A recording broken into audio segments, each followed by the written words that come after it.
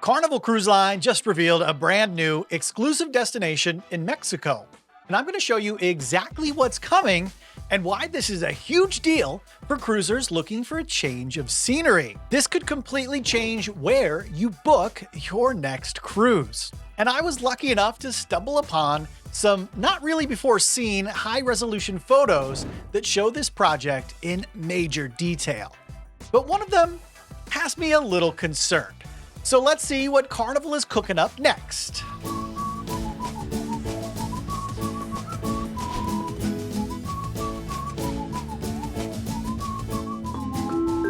Hey, what's up? It's Corey.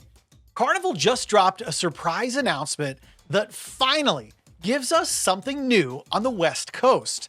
And by the end of this video, you're going to know why Ensenada might go from the port you tolerate to the port you actually book the cruise to visit. Now, before I share all the details, if you're thinking about booking a cruise on the West Coast, well, check out midshipscruise.com and click on the Deals tab to see my hand-picked cruise deals that might even get you a visit to this new destination. Bottom line, if you want to see the real prices and book the cruises yourself without someone calling you the next day and bothering you, midshipscruise.com is the place for you. All powered by my friends from Cruise Is It. All right, let's get into what Carnival is actually doing down in Ensenada, because this is one of the biggest changes we've seen for the West Coast in years. Carnival is planning to develop a brand new destination called Ensenada Bay Village.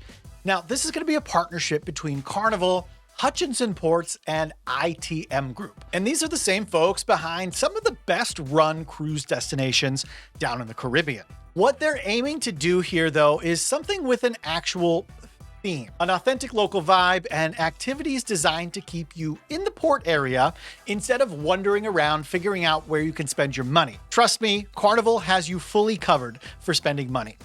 And why am I so positive that this is going to be a very good port?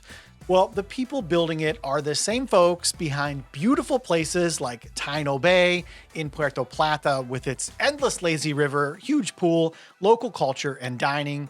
And the same folks behind the newly minted Port Cabo Rojo in the Dominican. Cabo Rojo. So new, in fact, I can't say the name, and I'm not sure if it's even open yet. Let me know in the comments if you know. The entire village here in Ensenada is said to be built around Baja culture.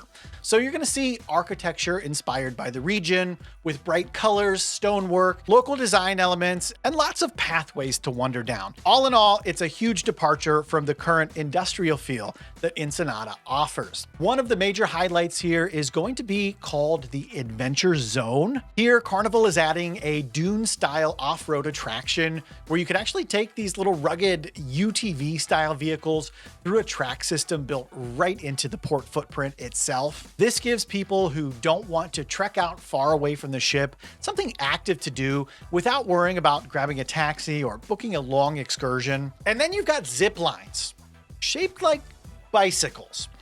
I'm not sure what kind of AI monstrosity this photo is, but 10-year-old me crashed his bike into a fence post once, and I can tell you with certainty, straddling a metal bar at high speeds is a recipe for pain. What isn't so painful, though, is the fact you won't have to leave the cruise port to enjoy zipping along a sketchy wire high off the ground in a foreign country. Oh, I'm sorry. I meant to say ziplining.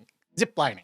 The convenience alone here levels up the experience compared to what Ensenada currently has or ever has offered. Another feature they're adding is a boat canal and river ride. This is supposed to be a slow, scenic ride that carries you through different themed sections of the new Ensenada Bay Village, which is a good thing, because looking at this render, it looks like they wanted to hand the keys to a fast boat to a bunch of drunk cruisers and say, here, drive this under that low bridge as quick as you can. This attraction is something families and couples will probably love, especially if they want a break from all the crowds with their own private ride vehicle just all to themselves. Next up, there will be hot springs and wellness areas here in port. This adds an easy relaxation component for West Coast cruisers and something they really haven't had on the menu before.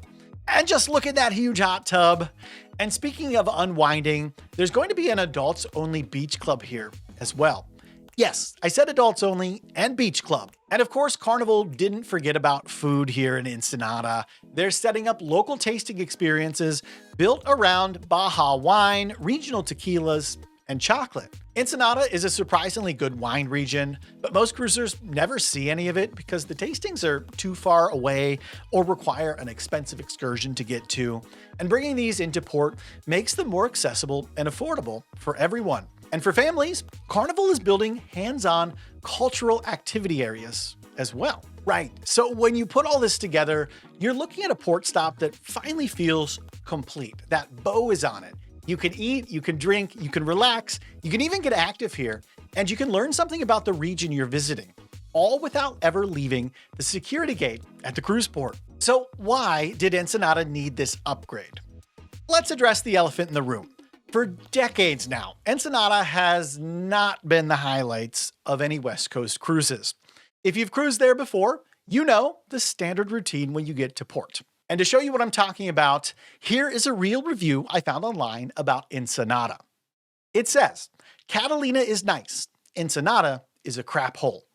And while I don't believe Ensenada to be a crap hole, I actually really enjoy the port, I realize it's the port that you stop at because the US government says the ship legally has to stop outside of the United States once before coming back. For their part, Carnival is stepping in and saying, let's build something that fixes the biggest complaints we have about this port. And they're solving several problems at once here. One, Ensenada becomes an actual selling point on your itinerary.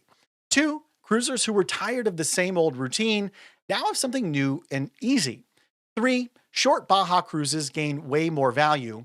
And four, the city of Ensenada benefits from renewed tourism interest. So what does this mean to West Coast cruisers? Let's talk big picture. The West Coast cruise market has been hungry for something new for a while. So this move from Carnival is not just a port upgrade, it's a strategy to pull interest away from their competitors out on the West Coast and focus it on Carnival. With this new Bay Village, Carnival instantly elevates every short sailing out of Long Beach. They give Mexican Riviera cruises a fresh talking point, new Instagram photos, and they create a reason for people who've sworn off Ensenada to give it another shot. And if this bet pays off, it might be a boon for the rest of the region in the future. You see, if Bay Village becomes popular, other cruise lines like Royal Caribbean may too start investing in their own West Coast experiences.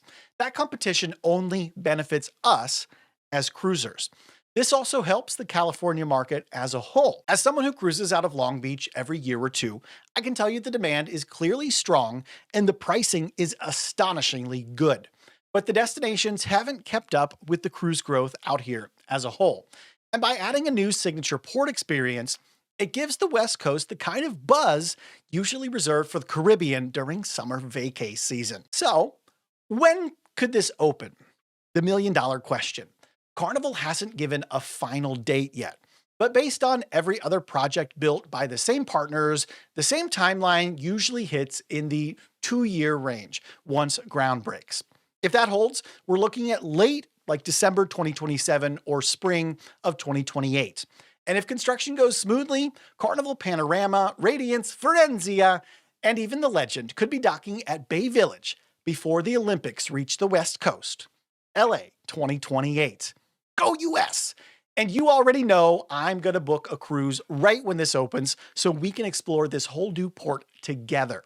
Speaking of the West Coast, I just got off the Carnival Radiance over there, and that trip was something else entirely. Filled with great food, a surprise port stop in Catalina. This cruise was the bee's knees for me. And if you want to know more about it, well, stick around and check out this Carnival Radiance vlog next.